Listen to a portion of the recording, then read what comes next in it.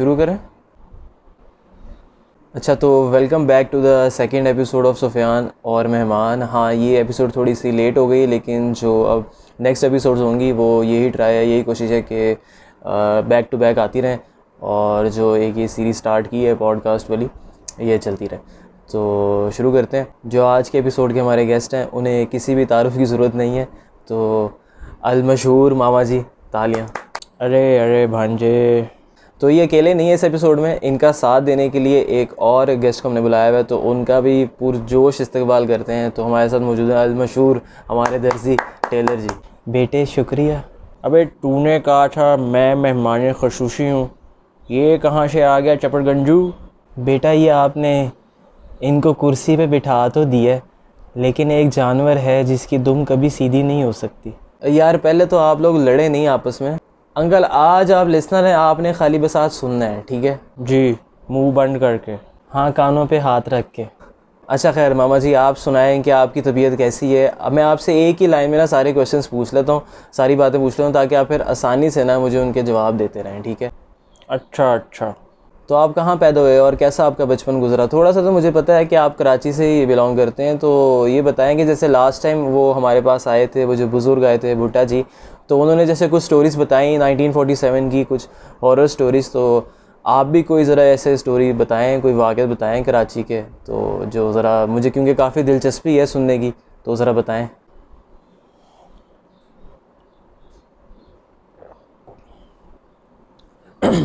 अरे पहले तो भांजे शुक्रिया, तुमने मुझे बुलाया है यहाँ पे आज। बुलाया नहीं आपने, घर छोड़ा ही नहीं कभी।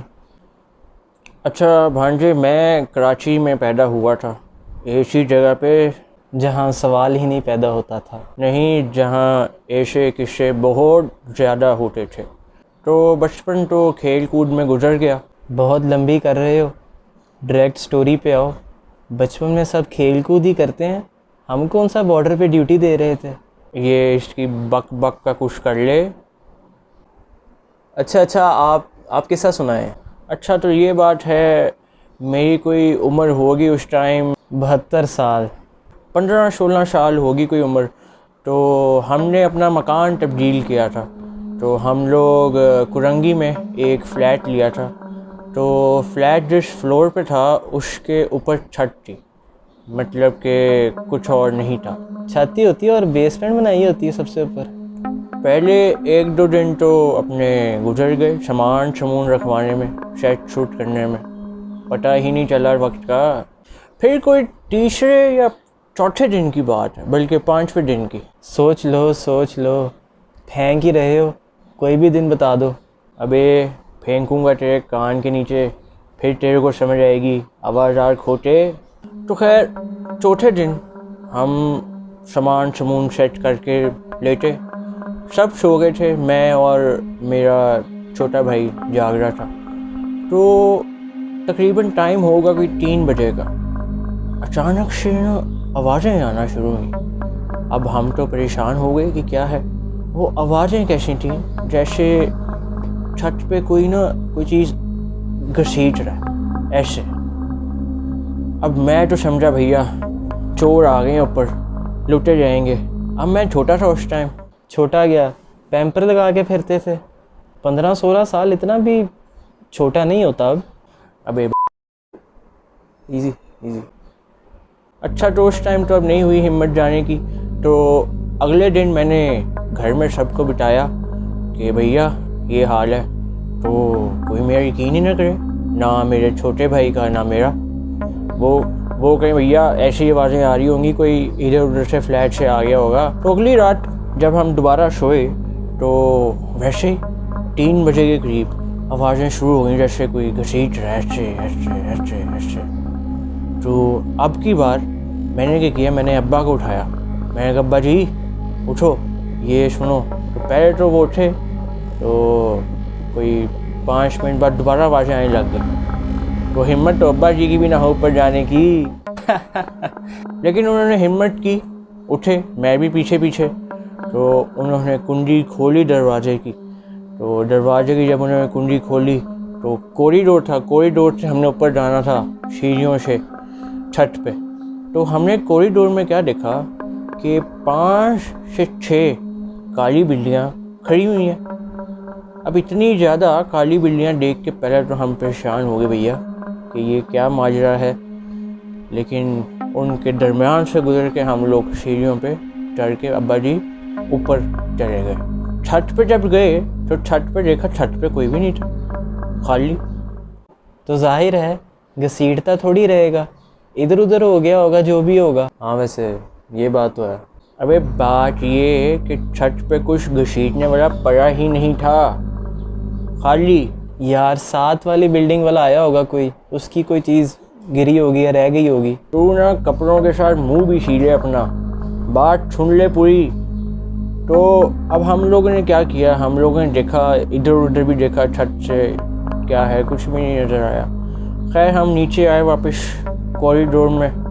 तो अब हमने क्या देखा, वो जो जाते हुए बिल्लियाँ देखी थी ना, वो सब की सब मरी हुई थी, खून।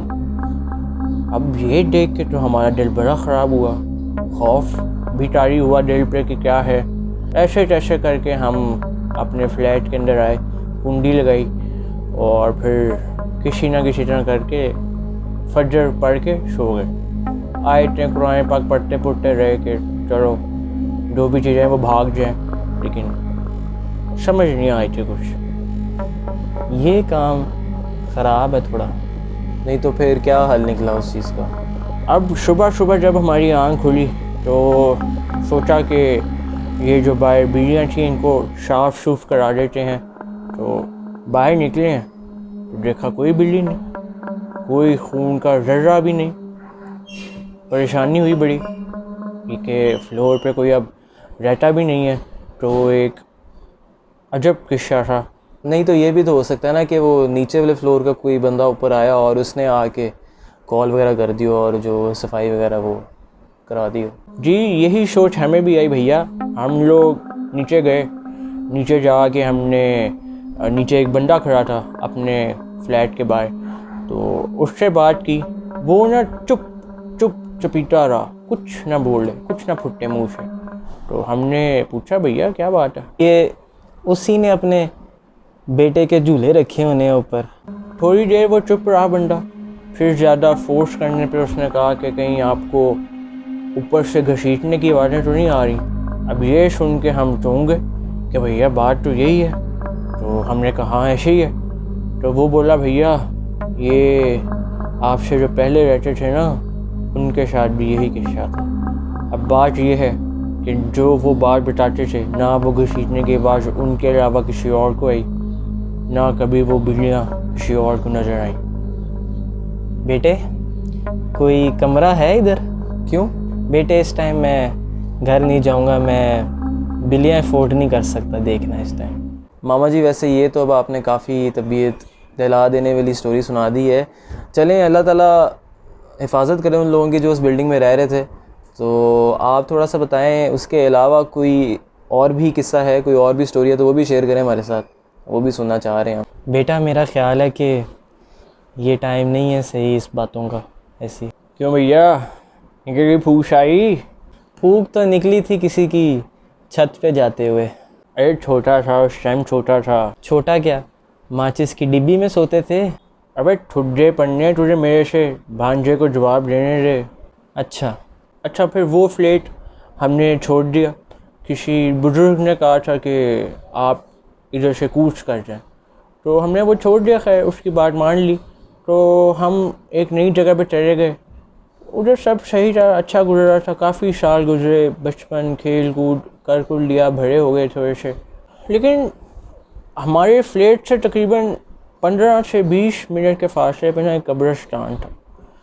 अब छोटे होते तो इतनी इजाज़त ही नहीं होती थी कि उधर तक जाएं, लेकिन जैसे जैसे भरे हुए तो तुल हुई कि देखना चाहिए, तो चलना शुरू कर दिया। अब कब्रिस्तान तो भैया वैसे ही मशहूर होता है कि इस तरह के वाक़यात के लिए, तो हम अवॉइड ही करते थे, जितना ज़्यादा हो सके नहीं उधर से गुजरते थे रात के टाइम। बताया तो था, फेंक रहे हैं बस, लपेट ही जाओ। ओए कैसा तेरा मुँह है, एक दांत वाला शेर होता है। एक दांत मतलब? ये वाला दांत होता है ना सामने वाला एक। यार आप स्टोरी पे आए। खैर उस कब्रिस्तान का ये था कि उधर आपने रात के टाइम ज़्यादा खड़े नहीं होना, बस गुजर जाना, ठीक है, खड़े नहीं होना ज़्यादा देर। ईद का दिन था, मैं और मेरा दोस्त इश्तियारा, जी, रिश्ते से पहले इस्तियारा कर लेना चाहिए।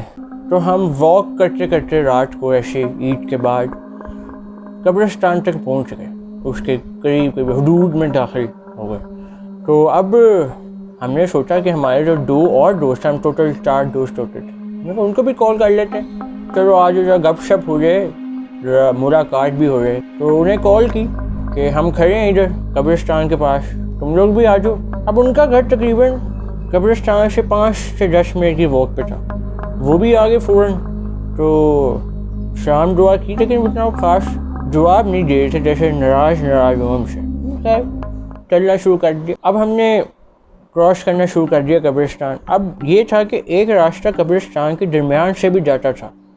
अब एकदम से वो जो मेरे दूसरे 2 दोस्त थे, उन्होंने कहा कि आज इधर से चलते हैं। हम चारों थे, सब नहीं जज के, सिर्फ इश्तियारा की थोड़ी सी फटी।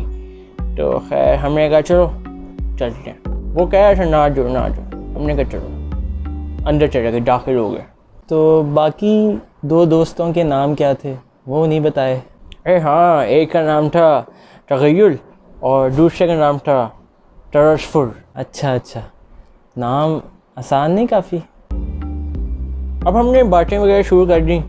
मैंने पूछा इश्तियारा ईद कैसी गुजरी, तो इश्तियारा मुझे कहे कि मेरे पास 5,000 रुपये ईदी जमा हुई है। लेकिन तगय्युल और तरसफुर नहीं बोल रहे थे, बिल्कुल भी खामोश, गुमसुम। अब मैंने उन्हें कहा भैया तुम लोग बताओ, तुम लोगों की कैसी गुजरी है ईद? वो बोले ही ना कुछ, चुप।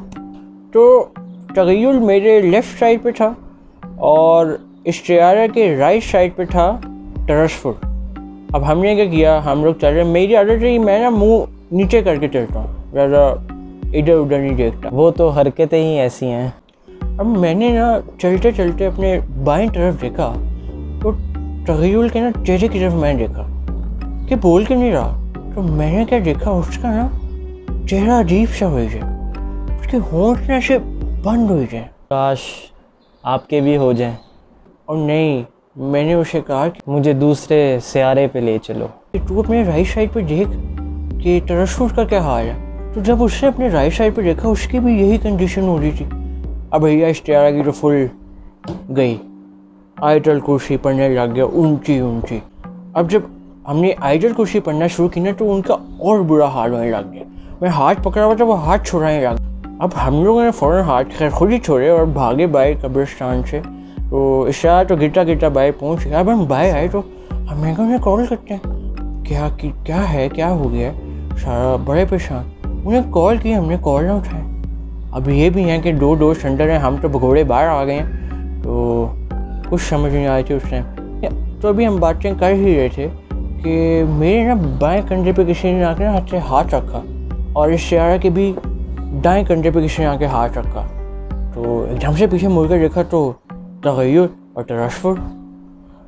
अब हमने उनसे पूछा भैया कि क्या, तो वो आगे से एकदम बोल पे, यार भाई सॉरी, हम लोग लेट हो गए, हम तो मेहमान आए हुए थे दोनों के घर ही। तो हमारा तो उस टाइम रंग ही पक हो गए। तो हमने कहा क्या मतलब? तो फिर क्या कहा उन्होंने? ये जो तुम्हारे कंधे पे पीछे जिसने हाथ रखा है उसी से पूछ रहे हो। अल्लाह का खौफ करें मामा जी, क्या चलें, thank you for your time मामा जी, आपका भी शुक्रिया। तो इंशाल्लाह दोबारा आपसे फिर कभी मुलाकात होगी वीडियो में। अगर आप लोग ये वीडियो देखते थे तो यहाँ तक पहुँचे हैं तो जस्ट मेक श्योर कि you subscribe to the channel और बेल आइकन को भी प्रेस कर दें ताकि आपको नई वीडियोस जो भी हैं उसकी नोटिफिकेशन मिले। तो मिलते हैं नई वीडियो में। अल्लाह हाफ़िज़। Lights off.